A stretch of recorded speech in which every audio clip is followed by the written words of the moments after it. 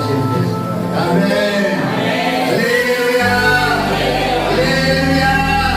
లోకము దాని ఆశలు గతించిపోయే కాలంలో మనం ఉన్నాం. ప్రియమైన దేవుని సంగతి, రానున్న దినాలు మంచి దినాలని ఎప్పుడు నువ్వు ఊహించలేవు.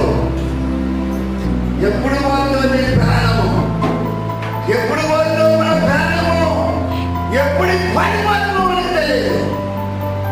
అటువంటి లోకంలో మనం జీవిస్తున్నా.